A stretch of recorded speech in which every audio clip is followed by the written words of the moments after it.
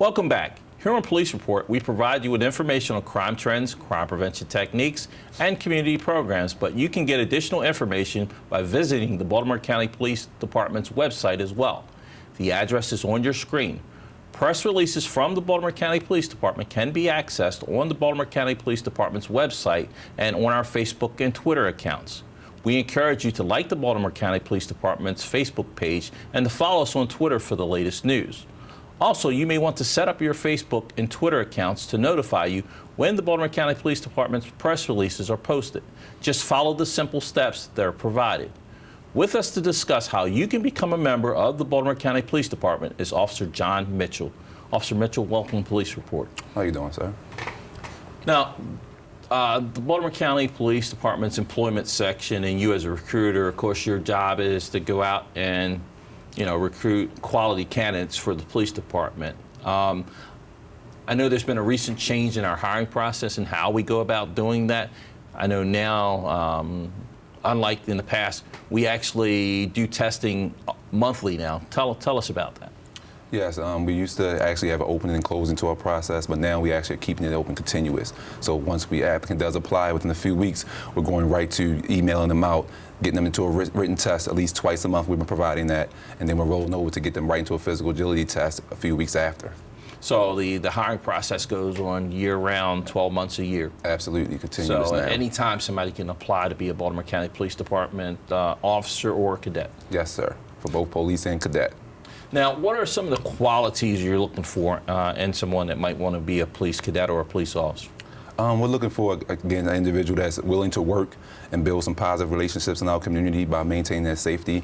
Again, with integrity. We're going to look, of course, into the criminal activity, and we're going to look into employment history, education, and residence. So we are going to look deep into the details, but the most important qualities we want is somebody that's integrity and a law-abiding citizen.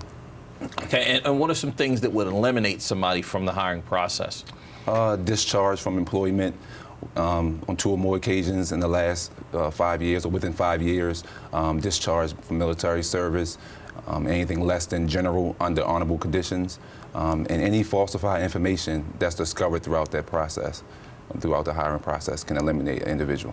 Now, what are some other problematic things like drugs or alcohol? Tell us about that. Yes, the drug use is something we're going to look into. We're going to look into frequency and recency of your drug usage, and any criminal activity, hopefully no current criminal activity, but that is going to be something we're going to check into also. So what should our viewers do if they want to become a Baltimore County police officer or cadet? How do they go about signing up for that? Visit our website, joinbaltimorecountypd.com. On that website, we actually have the link for you to apply for both our cadet and our police officer. So there are 2 different positions, so 2 different links are on there for those individuals. And when they sign up to become a police officer or police cadet, what should they expect in terms of the process? Initially, once you sign up and fill out the application online, within a few weeks you'll get an email from our Office of Human Resources. They'll email you a test date, time, and location for the written exam. Along with that email, they'll also send a study guide to prepare you. And what should they do in terms of studying and preparing themselves? Look over the study guide, get familiar with the components. Keep in mind that it's going to be 100 multiple choice questions for that test. So pretty much get familiar with those components, because the study guide is going to be kind of it's going to look pretty much identical to that study guide to help you. Now, once they pass the written tests, what should they look forward to next? After passing the written test, you'll get another follow-up email from our employment section in reference to a physical agility test date, time, and location. Mm-hmm. So the main thing for that is to prepare. So. Mm-hmm. Now, what components are on the physical agility test? What types of things should they do to prepare themselves? Well, as far as preparation, I always say to practice. Do more than the minimum requirements that you see stated on the website, because we're going to expect you to show progress once you're hired in the academy. But also practice. You'll have the sit-ups, you'll have push-ups, you'll have a 1.5 mile run, and you'll also have what we call a trigger slide pull. So those 4 components you should definitely practice. View our website. We have a video that shows the actual, it shows exactly how the physical agility test is going to be administered. Okay. And does the video demonstrate the proper way to do the exercises? Yes, it gives you the exact techniques of how the actual test is going to be administered on that day. And how many seconds, for example, do they have to do the push-ups in? The push-ups is in a minute. The time is going to be a minute for push-ups and sit-ups. Okay. And once again, talk about the preparation, because we see a lot of people fail the physical agility test. Is the test something you can just wake up that next day and go out and do without any practice or anything? No, you have to put time in. You have to put the time in if it's going to be in the gym or in your personal home. You have to put time in because with the day of the test, you're going to have limited breaks between each exercise. So, on the video, you'll see the exercise. That's the exact order that the test is going to be administered. So, give yourself time. If you struggle with one or two of those exercises when you're practicing, make sure you do more. So, for your push-ups, sometimes you may have to use an incline. For your sit-ups, you may have to put like a weight on your chest or have someone hold your feet underneath the bed. But most importantly, for your mile-and-a-half run, you have to practice that on a daily basis. So to work on your oxygen, to work on your breathing, I would say make sure you run more than a mile and a half before you start to time yourself. Now, where do we see applicants struggle the most in terms of the physical agility test? Normally on the mile-and-a-half run, I think a lot of applicants don't actually time themselves. They go out and practice the run, and they actually stop at a mile and a half. On your standard track, that's 6 times around, so they may just do 6 laps and stop. I think you should always do more, so maybe 8 laps, or also change your the actual form of what you're running on, because you're going to be running outside. So if you may not be on the track, start running through your neighborhood so you can get that different variation of levels to prepare your strength. Now, after they pass the physical agility test, what's the next step in the process?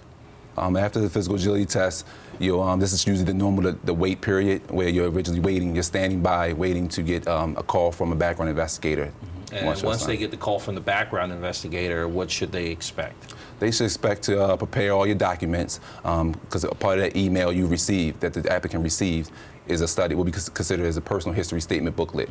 And once that's complete, that's what the first thing the background investigator is going to look through to get familiar with you. So when that phone call comes, make sure you have your documents, birth certificate, your naturalization papers for military personnel, your DD-214s. Make sure you have all these documents ready and prepared.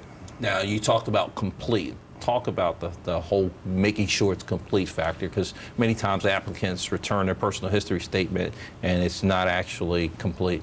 When we say complete, make sure you actually are going through each page. And if there's an area in that page where there's an NA, make sure you write NA. Make sure you complete as far as your residence. Don't leave any loopholes when you lived or employment, because we're looking at all time spans. If you leave a loophole anywhere in the booklet, we're going to look at that as information not provided to us. Now, do you accept applications from persons outside of the state of Maryland? Yes, we do. We don't have a residential requirement in Baltimore County.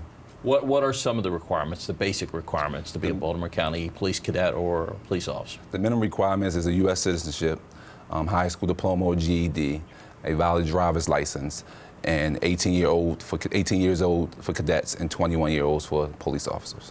Now, once again, what type of people are you looking for to be a Baltimore County police cadet or police officer? We're looking for loyal people, people that are interested in coming on board and willing to work. We are going to check, we're going to get frequent, we're going to check with your neighbors, we're going to check with your associates. So we're looking for people that are actually leaders in their community that want to reflect the police department. What about being law-abiding? Law-abiding, of course, law-abiding citizens, yes. Yes. Is there any physical height requirements or anything? No, we don't have any height requirements. Okay. Now, if somebody wants to contact, say, your section, the Baltimore County Police Recruitment section, how do they get a hold of you or your partner, Officer Shelley Knox? You can email us at recruiter@baltimorecountymd.gov, or you can also give us a phone call at our office, which is 410-887-5542, and also our website. We do have a Contact Us link on our website. Okay. And is there a place that our viewers or people interested in become a member of the Baltimore County Police Department, is there somewhere they can go and get additional information? Sure. On our website, we give a lot of information on joinbaltimorecountypd.com. We also have our calendar on there for our upcoming events. So a lot of times we change that on a daily basis, so it's something to look at. Okay, thank you. We've been talking with Officer John Mitchell of the Employment Section. If you would like to become a police officer or cadet, please contact our recruiters at 410-887-5542. Once again, Officer Mitchell, thanks for being with us today. Thank you, Captain McCullough. My name is Captain Robert McCullough, and you are watching Police Report.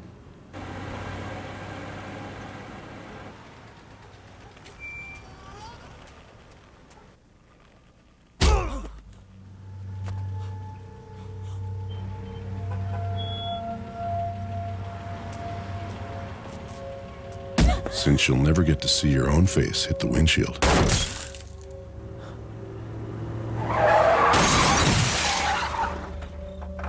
Buckle up, America.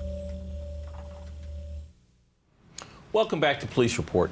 If you missed any part of this program or would like to see it again, it is available on the web. To see it, just go to the Baltimore County Police Department website and then click on the Media Relations link and then click on Police TV. You can also follow the Baltimore County Police Department on Facebook and Twitter. That brings us to the end of this edition of Police Report, brought to you by the men and women of the Baltimore County Police Department and Chief Jim Johnson. Thanks for joining us today, and we hope you'll be with us next time. I'm Captain Rob McCullough saying, be kind to one another.